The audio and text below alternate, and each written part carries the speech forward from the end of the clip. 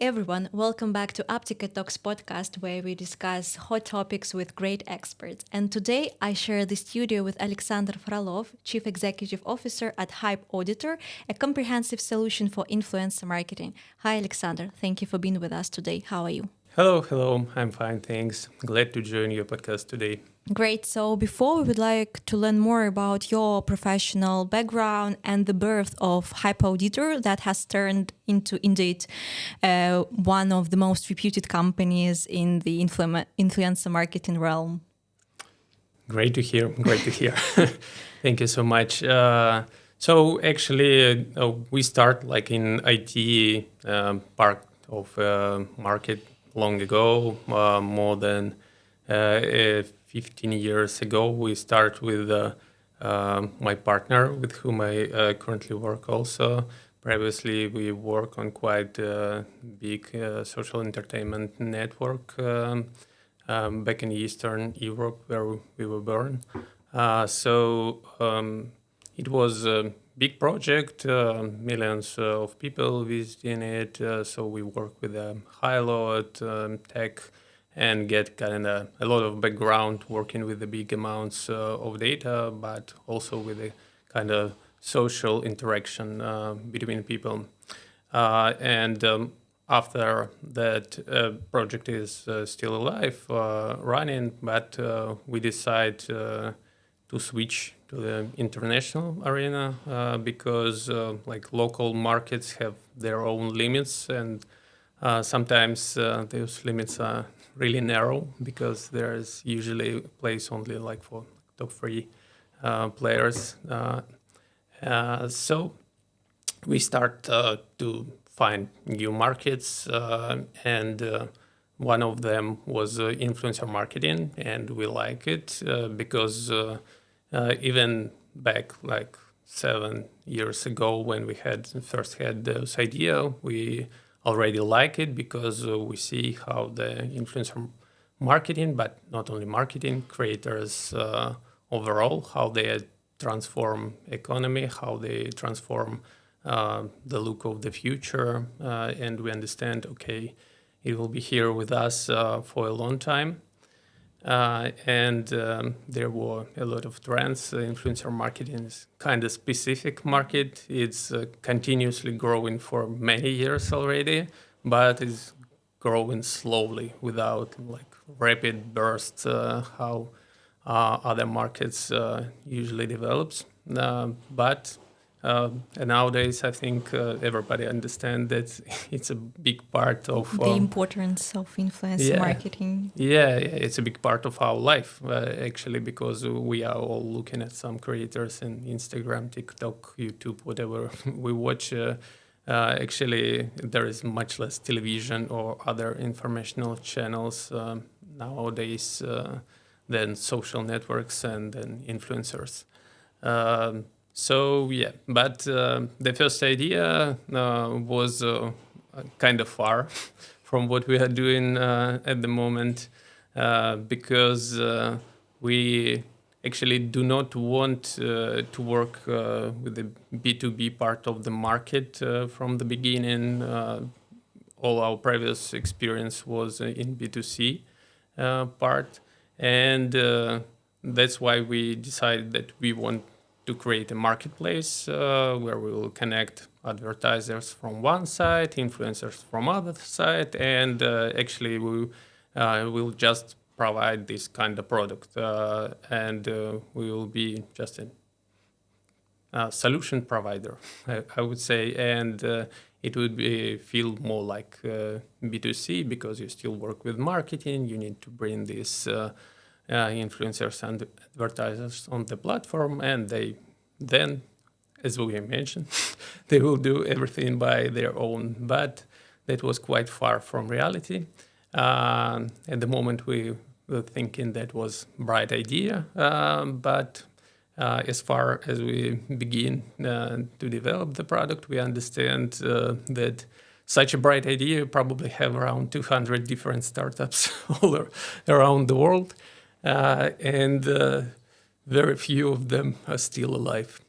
The marketplace model I would say it doesn't really work. And even now, there are some products that are close to marketplace, but not kind of pure marketplace. They have an agency behind them, or they kind of more selling content than influencer marketing.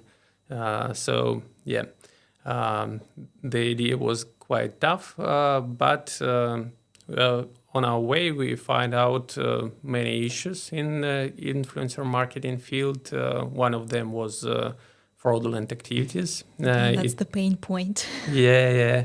It was a big topic, especially in 2018.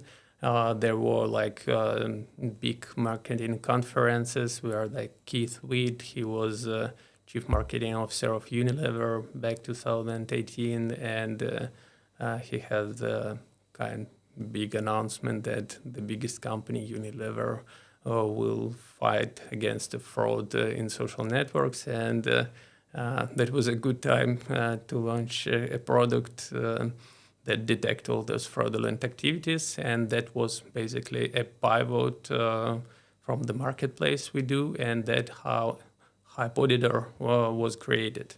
So we start with an Instagram reports, fraudulent activities detection, and it becomes viral.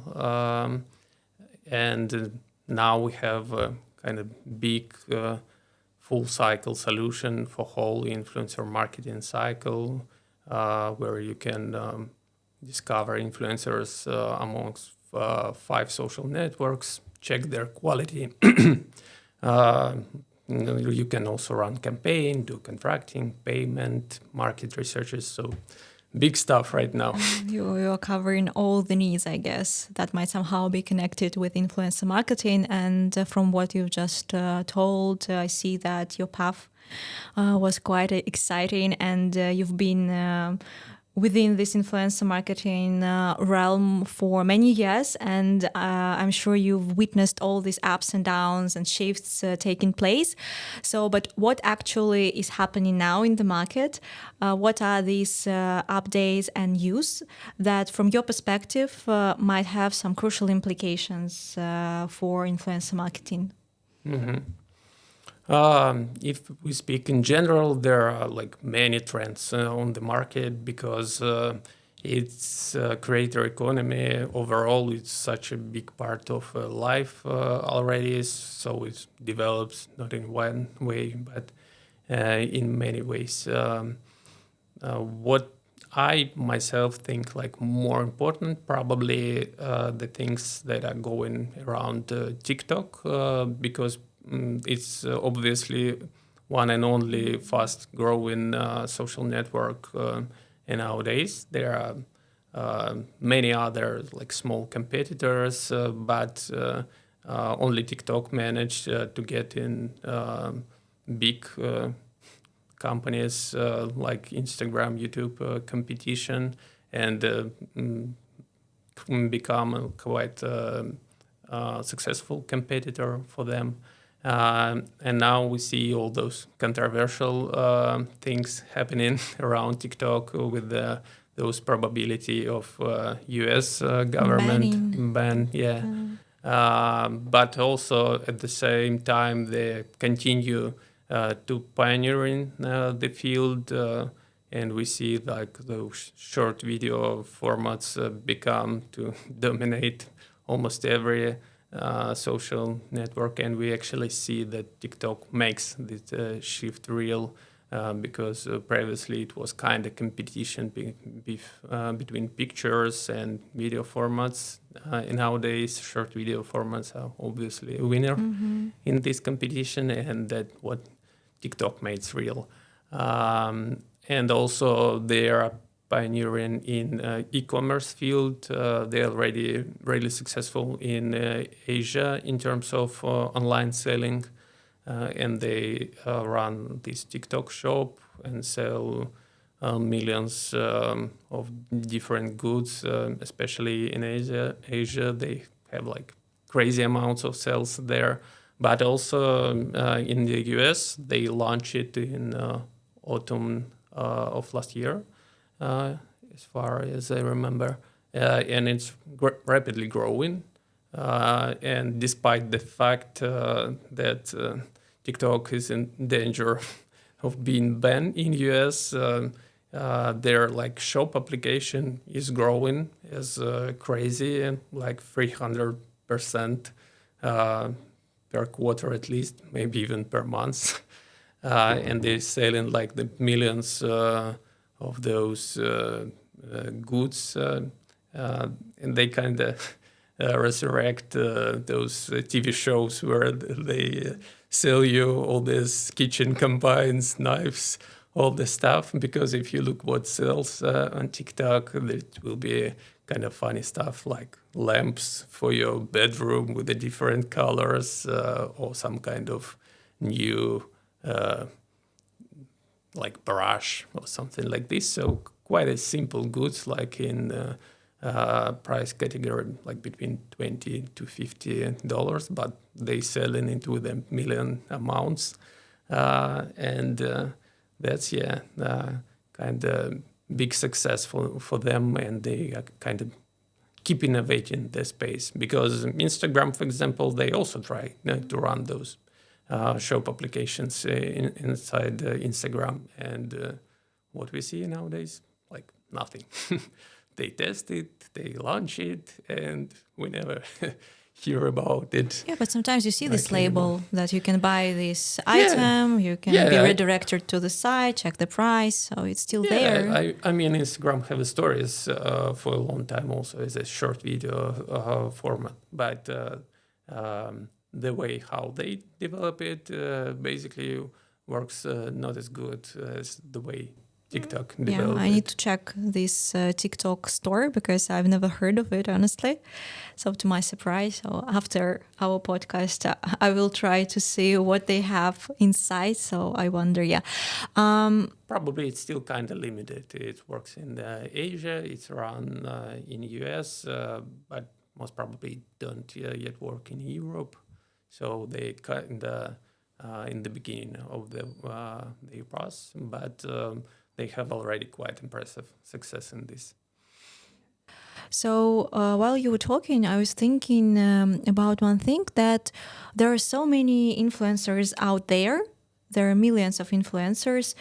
And when you go to Instagram or either to TikTok, you see a lot of ads that somehow involve this influencer stuff. And is it that overwhelming? I would say, do you feel that there is this oversaturation of the market with so many influencers, and will we have this influencer fatigue, so to say, and will this demand somehow decrease? Do you have these fears? I do not fear that demand will decrease, because what possible scenarios could happen? People like switch back to TV or radio. No, people won't won't trust influencers because they know that, okay, some companies pay these influencers, and why should I trust these probably advertising? There would be some kind of normalization, I would say, in the market, because when it just begin, the influencers do not disclosure that it's an advertisement. People like believe more that it's an like fully honest recommendation that influencer want to make, but I think it will pass this phase of normalization and find its own ground, because still it would be much more excited than TV ads, because influencers know their audience. They know if they will make a bad advertisement, they probably lose at least their engagement rate, and maybe even part of audience if it will be awful advertisement. So anyway, even when they start to disclosure that, okay, this is advertisement, I was paid for it, or I get it as a gift, still, they will try to do their best to get this message connected with their audience, and probably it still be much more Native and authentic. much more interesting kind of format than it was on a TV. So it's a kind of evolution. I guess, we will not see such high conversions as it was in the beginning of the influencer marketing, when there were not so many influencers, there were not so many recommendations. Now we see a lot of them. But it will pass a stage of some kind of normalization where we will understand, okay, this is kind of profession. If it's a professional influencers, I probably should expect that they will advertise something, or they will have their own goods to sell, or something like this. And you will just get used to it. And I think it's also like a more honest way than trying to make a view that you like use it your own yourself and recommend because of this. And I think actually those regulations that pioneer in Europe, in the US, for example, like Federal Trade Commission, make obligation to disclosure now not even paid ads, but also gifts or any kind of other relationships between you and advertiser. So if you have any relationships, you must disclosure it starting from like this spring. But I think that's actually good. That is like more honest way, more transparent way to connect with your audience, and it will still have though quite a good CTRs, and I think it will have like totally much better engagement than like advertisement on TV have, for example. But probably we need to pass this line of the curve where the people will feel kind of fatigue from a lot of advertisement, and they need to get used with it, because previously it was like empty field and there was kind of rare recommendations, and now field become a little bit overwhelmed. But I also think it would normalize in terms of number of influencers, because already even when we begin campaign, our company, there's like all teenagers, all like school boys and girls, so they already want to be influencers, and it was kind of their especially in TikTok, all these camps. It was a kind of their dream jobs, and it's still like this. It still doesn't change, so we will see at least a couple of generations that will do their best to become influencers. So obviously we begin to see more and more influencers. But probably we will see those fatigue. Like for example, we see the drop in engagement rate compare what it was, even compared to 2002 to 2023. There are still drop in overall engagement rate in Instagram, for example. So people begin interact less with the content, and that is true. But probably the numbers where we start was really good, and it will find their ground somewhere. But what about fraudulent activities? Of course, we have so many influencers and they all want to earn, and they have some fake followers and fake engagements. And based on your expertise and on your data, do you see that this share is shrinking, or we still have a lot of scammers out there? Answering the first question, it's shrinking, and that's like good stuff. But it's still huge. And when we start, for example, when we start, there were like 55% all accounts in Instagram that have some fraudulent activities. 55? 55, yeah. More than the half. Yeah, so there were like 45% clean accounts, I would say. So there were like a lot of fraudulent activities, and there were like a lot of influencers that was totally fake, not like partly that was like created with those fake tools. And nowadays it's changed, and I think that HypeAuditor also make it moves to change those, because it's probably one of our famous, most famous stuff, that we have this audience quality score, which include analysis of these fraudulent activities. I use this tool myself, so I can recommend. It's a good one.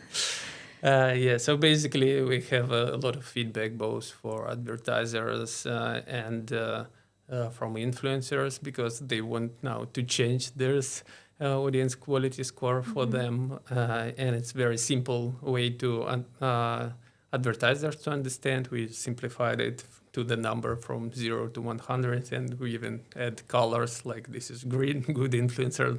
This is yellow, you should think This is about. red. Yeah, this is red, do not take it.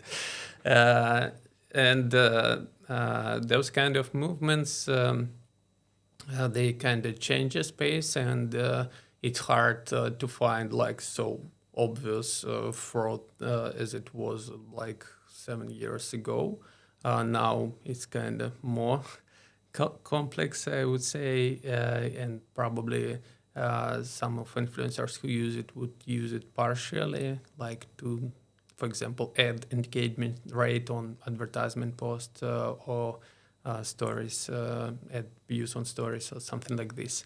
And also we see that the platform itself, Instagram especially, start to slowly get rid of those bots, basically delete accounts that were created artificial Not way. active accounts. Yeah. So yeah, the number decreased, but it's still like in 2023, it's still 43% of account that are affected by fraud somehow. Not always it's a fraudulent account to understand. So we do not recommend to use our score or metrics to blame someone. Okay, like you use fraud, you like a bad person, not something like this, because in Instagram you could be affected with the fraud even without doing something for it, like become So you might be not aware of your fraudulent activities. Sure, quite easily. Put a hashtag on, put a geomark, or just make some kind of popular viral content, and you will see a lot of spam inside of your comments.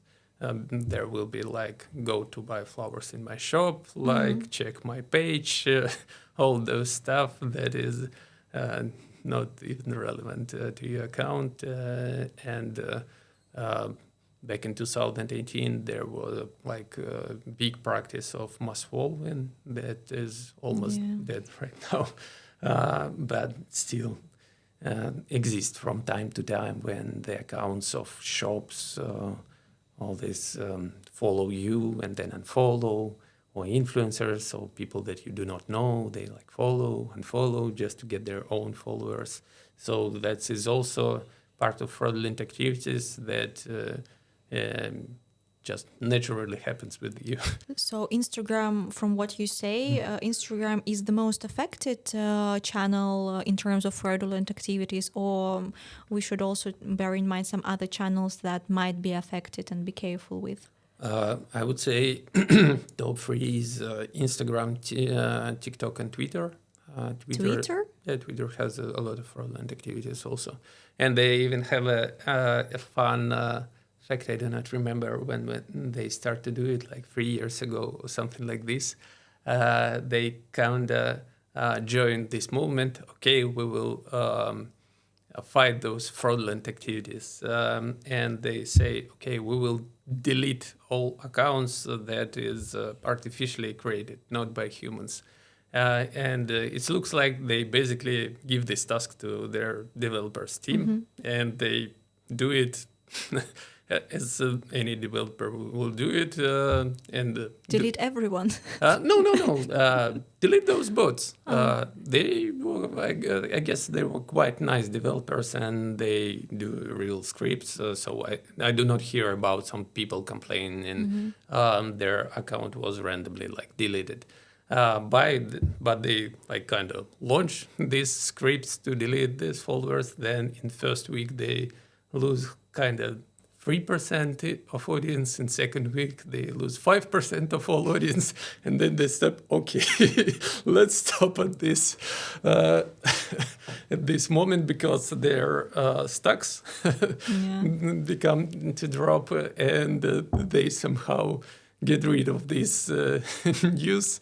Like, okay, we will fight the fraud, maybe not so. But not this time. Yeah. Not everything at the moment, but that's probably the one of the issues because for the social networks, it's a big thing. The number of monthly active audience, the number of people overall who are signed up on the platform. Something like this, and there is obviously a big chunk of a bot, and when they start to delete it at one time, for example, their investors or the guy who buy their stocks, We'll ask a lot of questions. See why their growth is declining, why they're losing audience, and they will need to answer this question. And so it should be step by step and gradual fight with the bots and fraudulent so accounts. The guys in Instagram, they do it like in more smart way. They fight with the most recent activities and delete the bots who are involved in the fraud right now, and they kind of do it step by step, and that's why the number of fraudulent activities decreased, but not in one day, because probably if they can do it in one day, like for example, we have YouTube, which have like very good algorithms to fight fraud, and there are fraudulent activities in YouTube, but we will see that YouTube itself fixes them like very fast. Sometimes we can see on the video like it have a lot of views and then it drops down. It means that somebody... it has been moderated and... it's kind of being cheated. YouTube find it, YouTube cut it. And they do it in the real time from the beginning. And that's why for them it's much less issue because they protect from it from the beginning, and they do not have those problem that if they will cut all bots, they will lose like half of their audience or something like this. And other social networks should face this challenge still and like slowly remove all those activities. We will see. Maybe Elon Musk will try another approach with fraudulent activities. So we will check in the nearest future. Maybe. Yeah. He's a tough guy. You've mentioned that last year we had 45%, right, of like this benchmark of 45% of fraudulent accounts.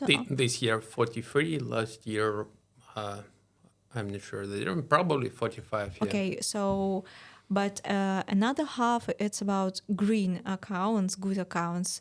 How do you understand that this account is active? It has a high rate of engagement. You have special algorithms inside HypeAuditor detecting that. So how can we be sure that this account really, they have real people, they have real comments, because as you mentioned, still there might be some share of bots, of shops. Yeah, even if we get rid of the fact of like fraudulent activities, because probably you need a special tools to check those activities, because it's quite hard to understand. There are like some obvious way to understand, but maybe we'll speak about this later. But sometimes people who are choosing with whom to work in influencer marketing space just doing like obvious mistakes. Like, for example, first thing that they are looking at is the number of followers, and it doesn't mean too much.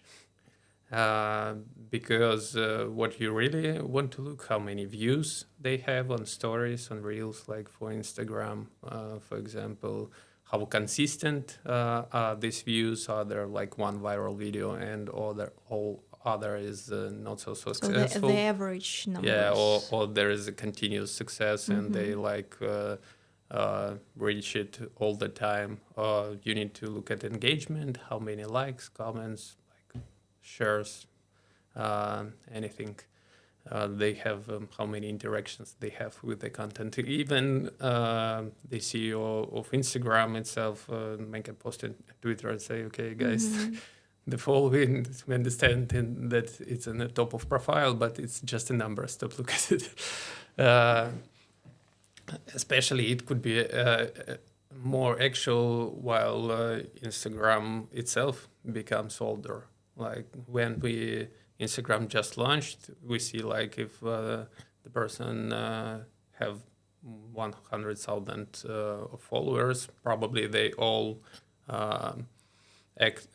interact with the account in at least in 1 year.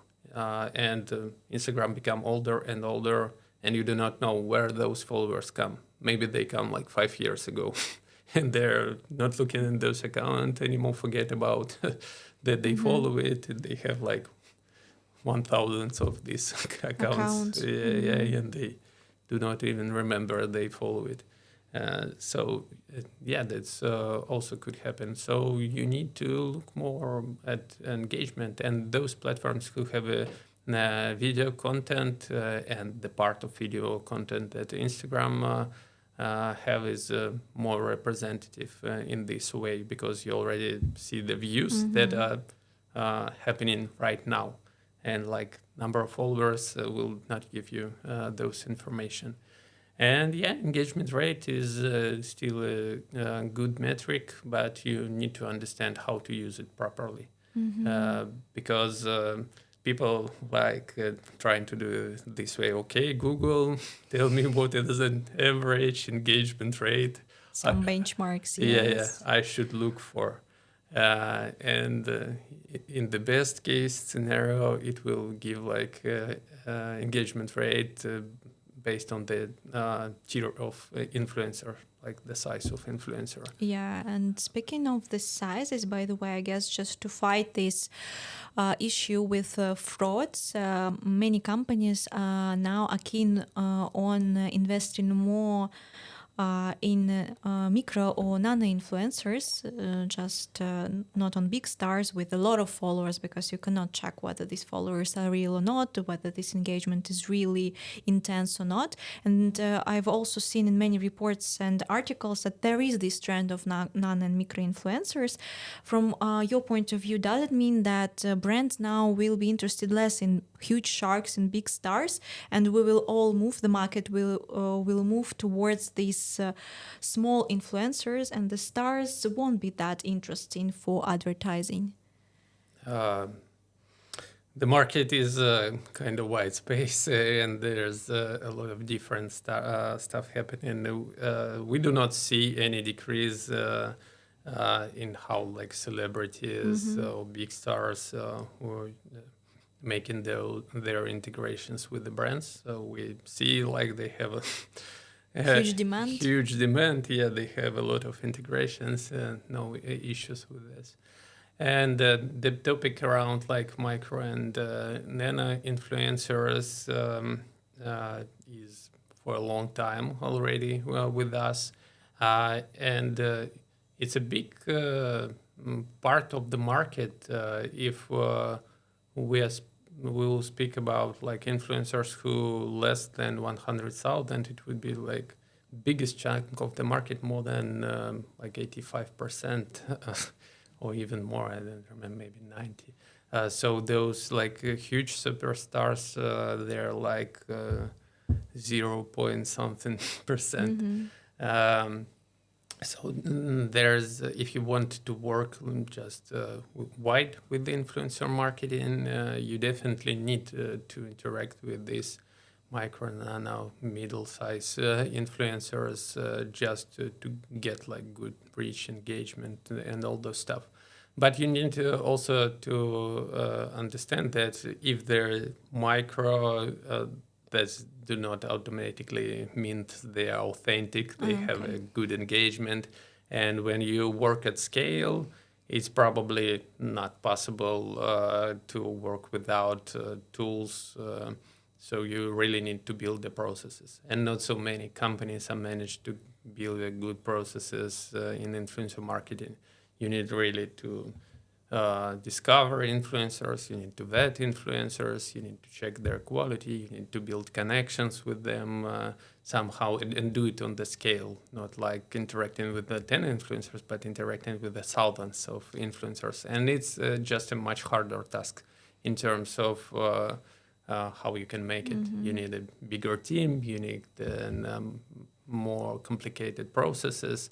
So yeah, it definitely works. We see, especially it works for e-commerce part of the market, because they can send those free gifts, those products, which micro influencers are happy to get, because they do not have those line of advertisers who want to advertise with them.